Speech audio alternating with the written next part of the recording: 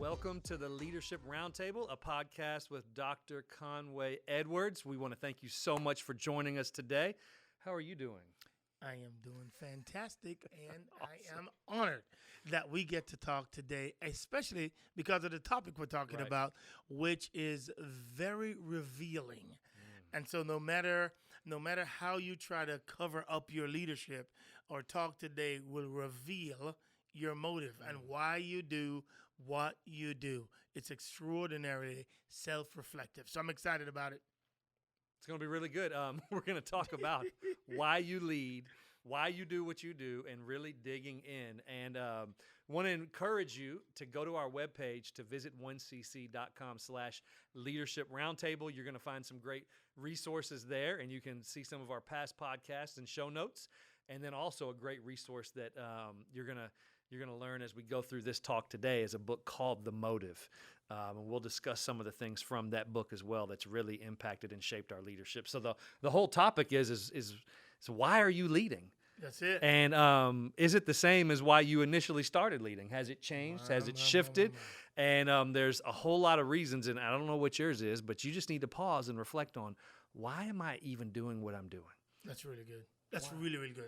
The reason for that is because so often your leadership shifts as you're going on this journey of leadership, and you need to always ask yourself, am I still doing it for the right reasons?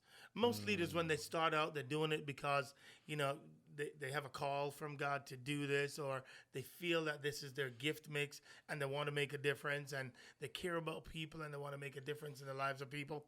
But as you go through the ups and downs of leadership, if you're not careful, your heart can begin to shift. And if you don't realize it, you could have started for one thing, and now you end up doing it for another reason. So that's one of the reasons why we want to talk about it. It's been very instructive for us, and I think it's very instructive for people that lead under you. And so volunteers that you have leading, maybe in a corporate sense, you have individuals that you're leading and they're leading others. It's a great discussion to have around. Why are you doing what you're doing? And there are 5 questions, 5 things we want you to process that really will help you discern whether you're doing it for reward or whether you're doing it for responsibility. And Patrick Lencioni has given us a great work that I would highly recommend you and your team go through as well. And we'll give you our design of what that looks like, but it's all coming from his book, The Motive. That's right. And Patrick is a dear friend, and I think you and your team will be extraordinarily benefited if you use this resource at all levels of leadership within the organization. Yeah. So you should take a look at it, and you should process it as well. All right? Let's jump in, Matt. What does he mean by reward and responsibility? Well, tell me your thoughts on that first before we even go any further. They're on the different continuums. Yes. So on the one side, you have reward. On the other side, you have responsibility. Tell me a little bit about what your take was on those two. Yeah, I think the way it really hit home for me is to think, if you're a sports fan, is when athletes get a big contract. They've had a few good years. They get a big contract. They either view that contract of one of 2 ways. Either I got this contract as a reward for how good I've been doing, or I got this contract as a responsibility for what's expected of me in the future. No, that's really good. And that's what this talk is all about, is when you lead, how are you viewing your leadership? Is it based on reward, or is it based on responsibility? Is it based on what I'm getting because of what I've done, or maybe I've climbed my way up the ladder, or am I leading because of the responsibility that I have to invest and pour into others? Yeah, no, that's really good. What's driving you? What's the word that drives and helps you make all your decisions? Is it, I'm doing this because of a call? I'm doing this because of the love of people. I'm doing this because of what's in it for me. I'm doing it because I want to use this as an opportunity to go to the next level. And so I'm just doing it to get to the next level. I'm using it as a stepping stone to move from here to the next job, the next church, the next corporate position that I might be able to get.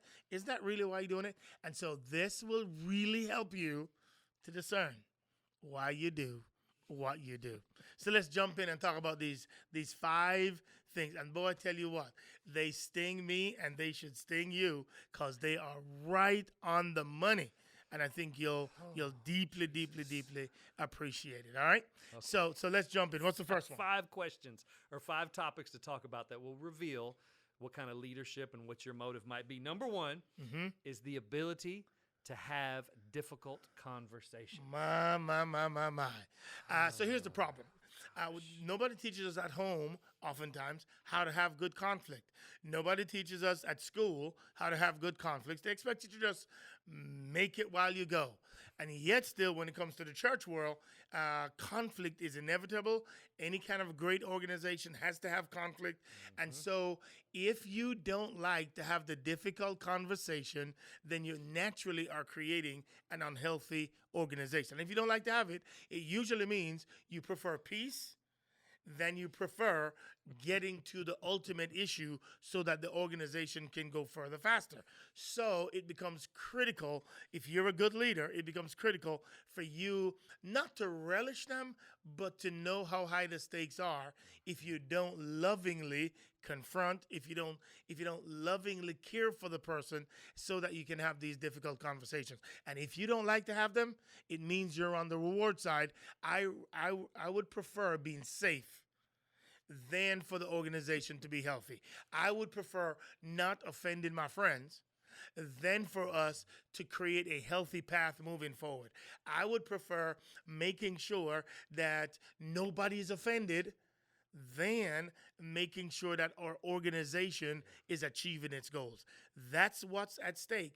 And yet still, if you're a people person and you love people, then you don't want to offend people. And now you're mixing up leadership and friendship, and you allow friendship to trump leadership.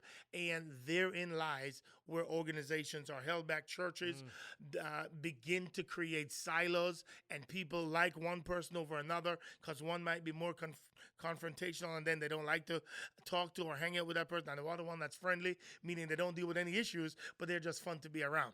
And so you've got to be able to deal with those difficult conversations. Pastor Matt, talk to me. So I want to How's ask you a that question. been? Yeah, let's go. I want to ask you about that because there's some people who naturally, they just, when a storm's coming, I'm going right into the storm. Correct. And it could be a little too extreme sometimes, but it could be right on. There's some who are a little bit more passive based on their personality style. How would you encourage somebody who normally doesn't go into the difficult conversations? How can they work themselves into those conversations and be successful in those? So number one, I think you have to remember the stakes. You have to remember how high the stakes are.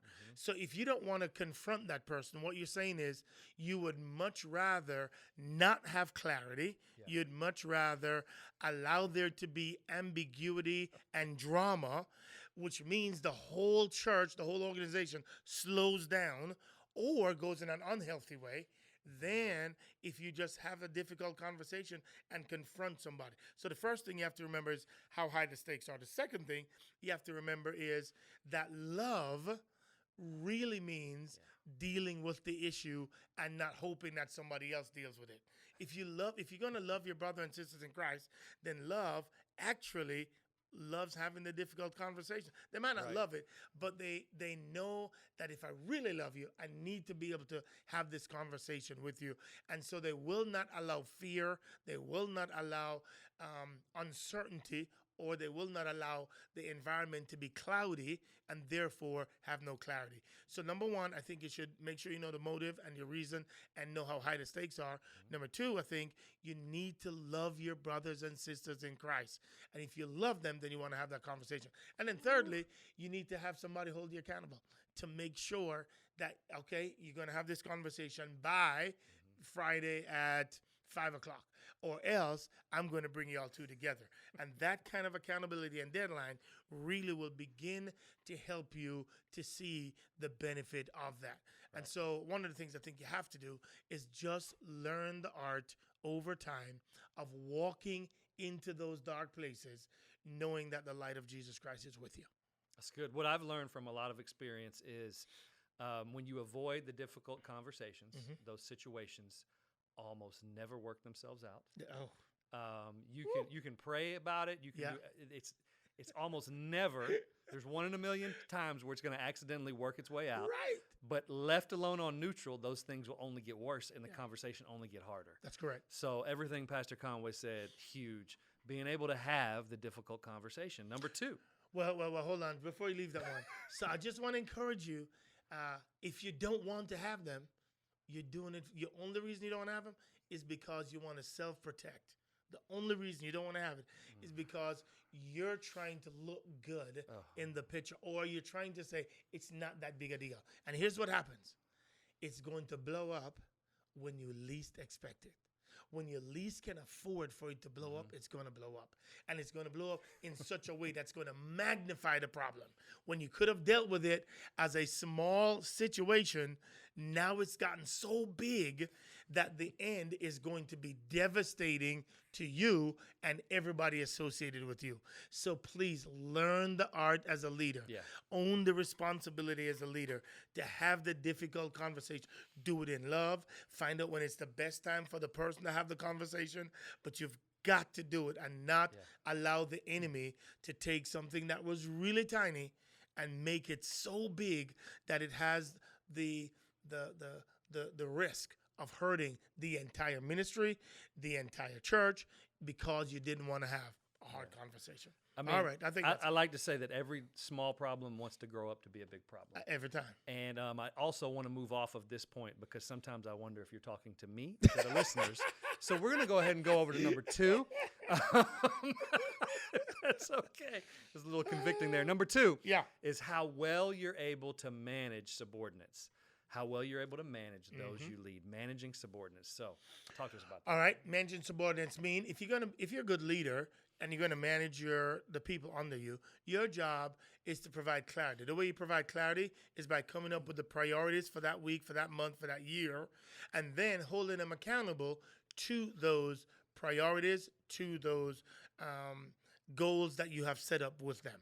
Now, some people love doing this because they're natural managers. They enjoy setting the priorities and then saying, every Friday I'm going to check in with you to see how you're doing.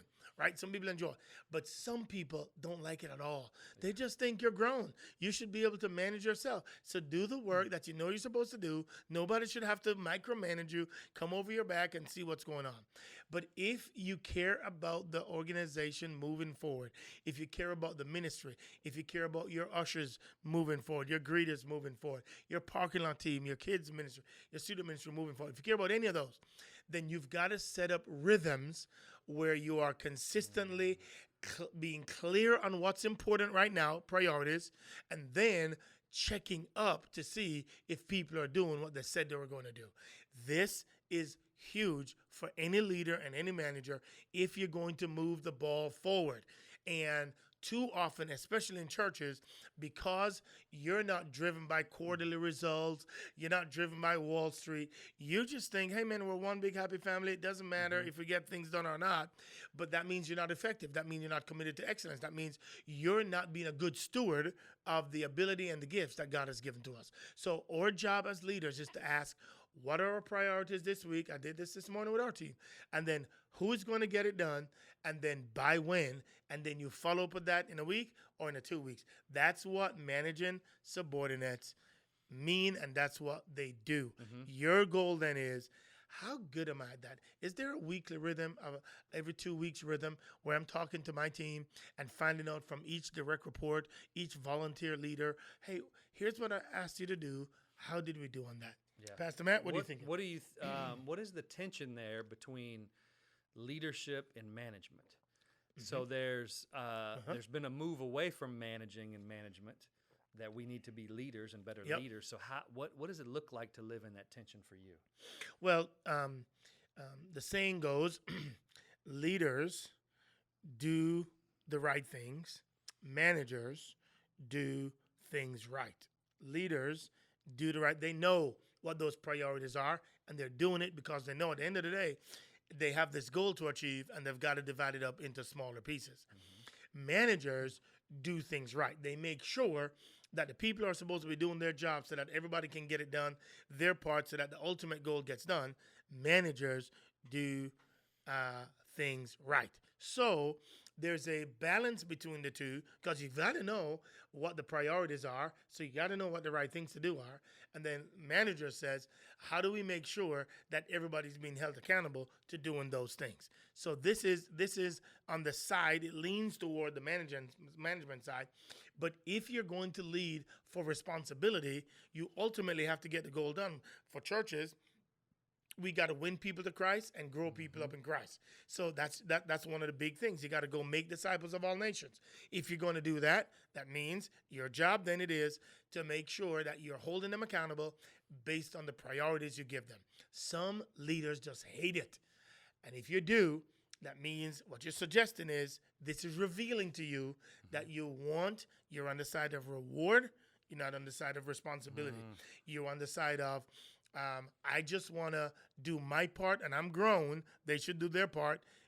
And then if you're on the side of responsibility, you're saying, I own the fact that God has graciously given me these people to lead, and it's my job to make sure they're healthy, to make sure they're accomplishing what they and what we set out to do. That's good. So that's number 2. Number 2. All right, number 3. So number 1 was having difficult conversations. Number 2 was how well you can manage your subordinates. Number 3 is running great team meetings. Now, I think it's important for you to define what a great team meeting is. Running great team meetings, because sometimes I think I just had a great meeting, but it might not have been a great meeting. So what does it mean to run a great team meeting? Yeah. So great team meetings mean that, number 1, you're adding value to people on your team. You're coming in and you're adding value to them. Maybe you teach them one thought, something new that they've never heard before that will add value to them. Maybe in their personal lives, maybe in their spiritual lives, maybe in their leadership life, maybe in their parental life. But at some level, you're adding value to them. In other words, they are a better leader after your meeting than they were before they showed up. Number 2, you're investigating. You're trying to figure out where people are on the process and what's holding them back from accomplishing their goals. Is there anything you can do to remove hindrances so that they can have a smooth path to run forward? Number 3, you're looking for just a sense of what are the priorities now and how do we accomplish them? So you're making it clear what each person in that meeting should be holding as their priority and what are we asking them to do. Those are some of the things you need if you're going to have a great meeting. If you're going to have a great meeting in a spiritual sense, there should be a spiritual tone to it, and there should be, whether it is a prayer time just to make sure everybody is centered appropriately, but there has to be a spiritual side to that, I believe, if you're going to have a healthy and effective meeting. Then if it needs to be, if it's a longer meeting like a retreat, or if it's a shorter meeting like it's a 15-minute check-in meeting, then you need to know which meeting you're going into so that you can lead them well. So there's some for 15 minutes, there's some for an hour, there might be a 2-hour meeting, it shouldn't be longer than that, and there's a retreat where we go off to really tackle long-term issues. But you need to know what meeting you're going into, and then you need to know what are the 4 or 5 things that creates healthy meetings so that they can charge ahead with. The issue, however, is if you don't like to have meetings, then you're doing it for you, reward, and not for responsibility. Meetings are what leaders do to move the ball forward. It just is. So leaders, if you say I hate meetings, then I don't know how you can be a leader. I just don't, because how else do you find out what's important? How else do you set vision? How else do you clarify priorities? How else do you make sure you hold people accountable? How else do you make sure we're getting done what we're set out to do? And a lot of that is meetings, which is why you have to have it. So whenever a leader comes at, well, I just think we meet too much and we have too many meetings. They might be right if the meetings are too long, boring, ineffective, nobody gets valued, then yes, I would agree with you. But if it's intentional, if it's directional, if it's focused, if it's fast-paced, then I think meetings are critical to a healthy and effective organization.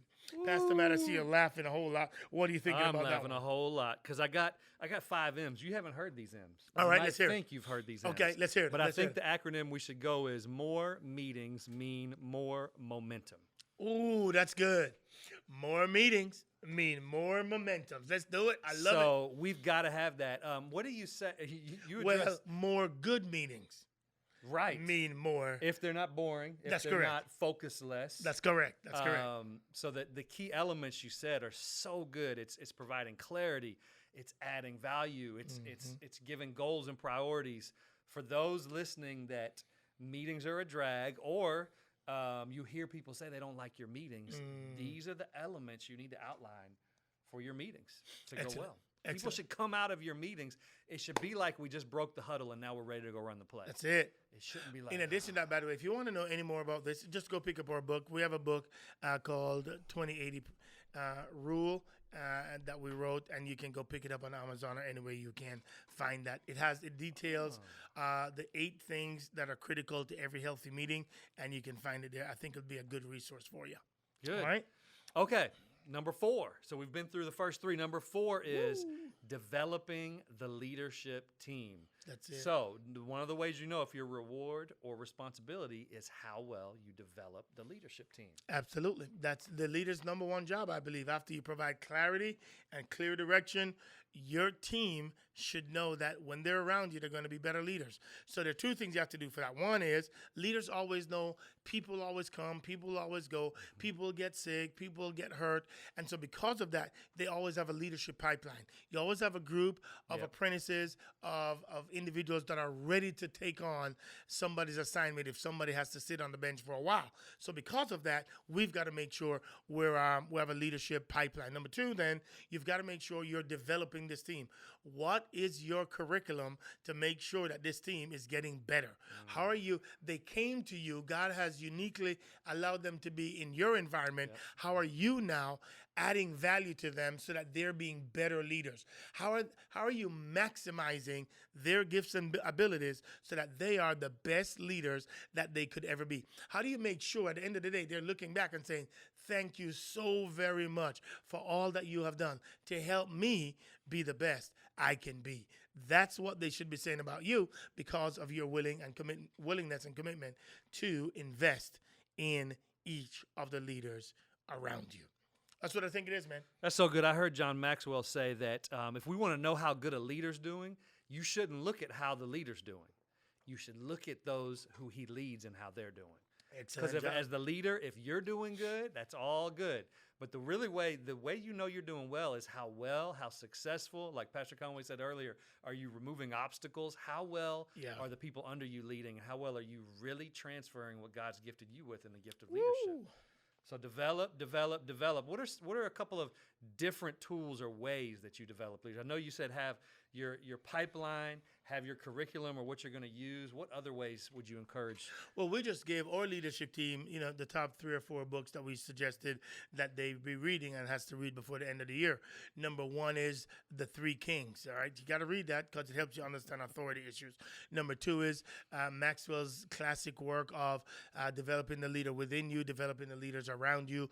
Another one that he wrote that I think is a genius book is the idea of winning with people. If you can't understand people, then how are you going to lead them? Right. So winning with people is a critical work, I believe, that everybody should read just to get you started on your leadership journey. We've got some other classic, but those 4, I think you're well on your way. And if you haven't read those 4, you need to start right now reading those 4 books. And shameless plug, why wouldn't you read 2080 Rule, which I think is one of the best out there. Some dude called Conway. Yeah, it's okay. But you do want to go check out that book, The 2080 Rule, because it's going to everything we talk about when people at our church read the book, they're like, oh my gosh, that's what we do. Everything in that book is really, it's what we do here. It's not some idea we've cooked up of something we hope would work. It's what's in practice here at our church. So we would encourage you to check that out. Phenomenal book, The 2080. Now, number 5. We've got one more. One more. One more way to know if you're reward or responsibility. Here it number is. 5 is constantly communicating to employees. My gosh, I tell you what, I struggle with this one the most because I don't like repeating myself a whole lot. So if I say it one time, I think everybody gets it and you're done, right? But if you're not tired of saying it, I mean, everybody already knows this. This is so redundant. If you don't feel that way when you're about to communicate vision, when you're about to communicate direction, then I'm just telling you, you haven't communicated it enough. We think that because we say it one time, then it's gold and everybody has received it.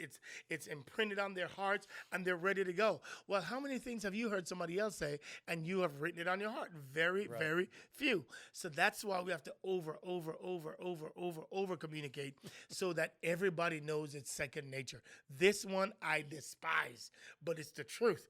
I'm leaning toward reward and not responsibility because I selfishly think just because I don't want to hear it again, I think everybody has gotten it already.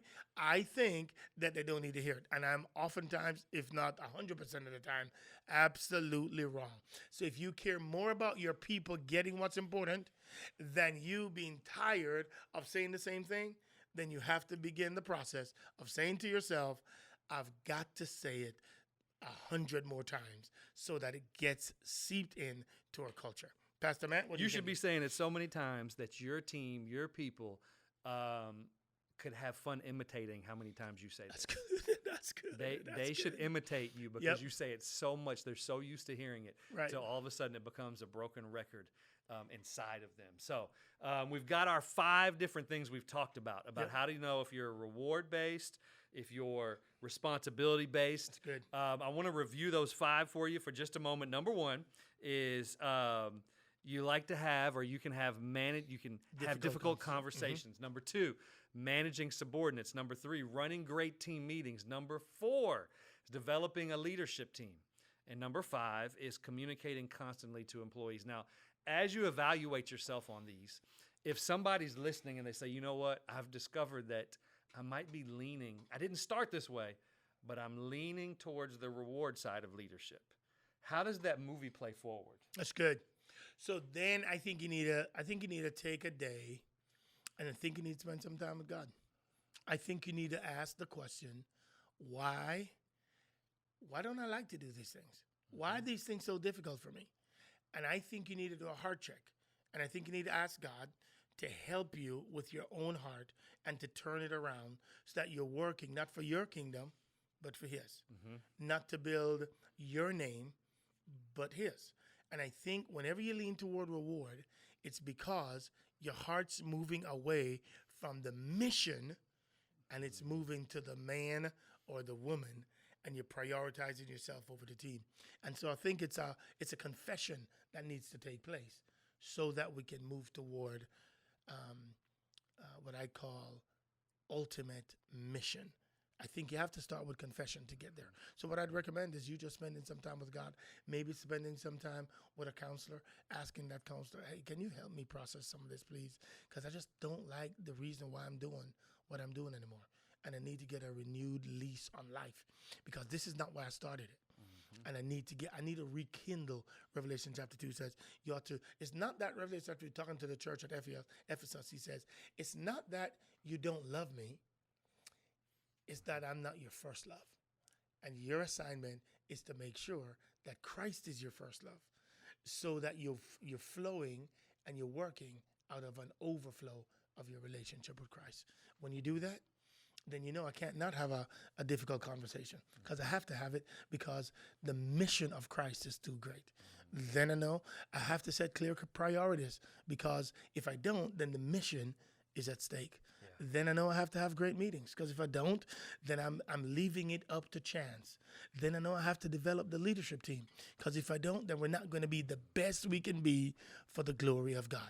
And then I have to over-communicate because if I don't over-communicate, then the mission will get lost and other things will begin to be priorities. So I hope this helps because I think if you really use this tool consistently, it will remind you to come back to true north where Jesus Christ is the center of it all. That's right. It's a very slow drift. And I think naturally in our flesh, we drift towards reward. Yeah. And we have to regularly come back to the responsibility and the call that God's given us. So We want to encourage you to go check out the 2080 Rule. Also, The Motive by Patrick Lencioni. Great resources and tools to evaluate your leadership. And please go download what we have. We've got it in our show notes at visit1cc.com/leadership roundtable. This is something that you can do and walk yourself through it, and then share it with others. Walk your team through this as well. Yep. That's a part of developing the leadership team. That's it. So please visit our webpage. You can download the resources so that you can follow along with yourself and also share with your team and take them through this. You can do that at visit1cc.com/leadership roundtable. Thank you again for joining us. We are so grateful that you've been here with us today. Love it. It's We will always an honor. see you next month. God bless you. We'll see you next time.